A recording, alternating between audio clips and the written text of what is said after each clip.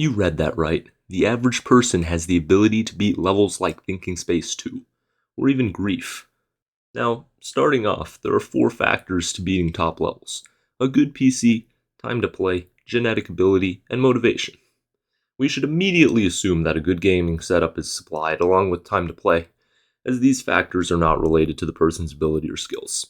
So, obviously, that means people are lacking in either genetic ability or they're not motivated enough. So, how can we fix this? Well, let's first identify the problem around motivation. Modern GD players aren't motivated because of the stigma associated with making any progress at all, as it is deemed derogatory terms like wave carried and premature jumping.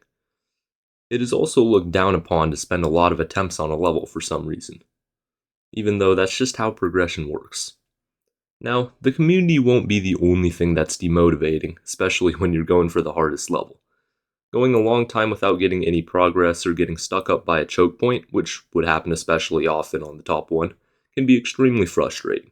You just have to recognize this is normal, and you should keep going.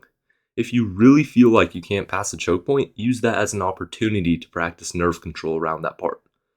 Like, I died 21 times to 42% on Thinking Space 2, and I just use that to practice nerve control.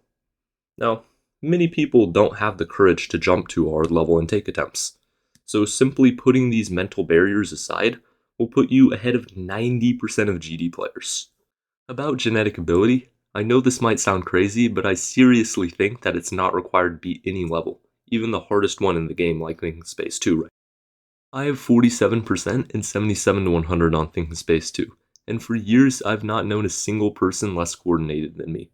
I'm serious. I was always struggling to do things that everybody else could, and I can still make decent progress on 2, almost proving that genetic ability doesn't matter.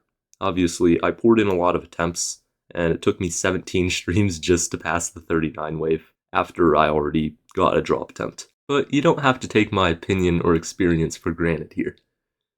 International Super Grandmaster, top player, and legendary verifier, and 14th World Grand Unified Champion of Geometry Dash, Lord Vadercraft has input on this area.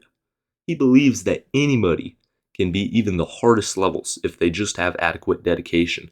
Lord Vadercraft is so experienced, he makes Zoink look like a noob, and he has beaten Firework using the same principles of not caring as mentioned above. So, as long as you don't care what other people think, and you don't get frustrated by a single choke point, you can easily beat the hardest level in the game because there is literally nothing stopping you.